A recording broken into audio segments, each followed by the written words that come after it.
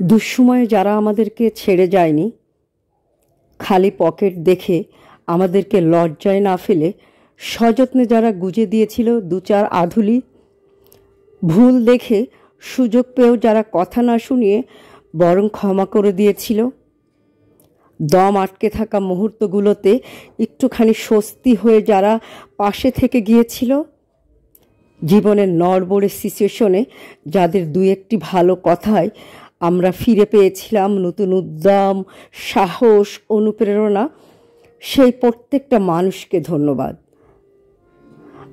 আপনাদের জন্য জীবনের কিছু ধূসর সময় হয়ে উঠেছিল রঙিন, বদলে গিয়েছে আমাদের চিন্তা, চেতনা, ভাবনা, জীবনকে দেখার দৃষ্টিভঙ্গি।